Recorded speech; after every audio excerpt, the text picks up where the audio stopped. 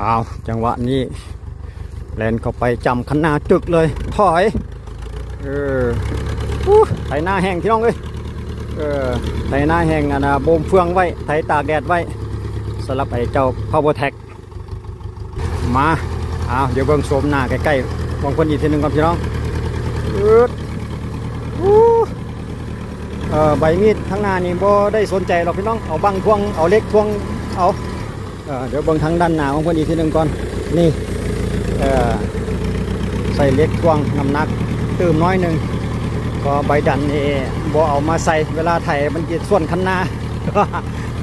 ไปถอยเพื่อจะตั้งลำแล้วก็ไปอีก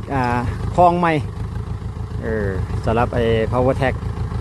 มาจากเมดอินไชน่าโอ้ประทับใจได้ดุมยางดุมง่ายดีได้ใจสำหรับ PowerTech ไปไถนาแห้งกับบ่ได้มีปัญหา